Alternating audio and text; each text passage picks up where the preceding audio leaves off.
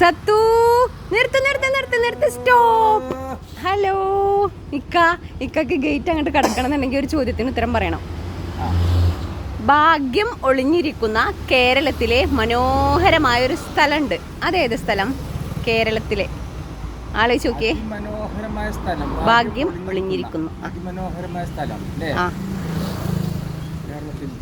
Yes, കുസൃതിയായിട്ട് ചിന്തിക്കൂ.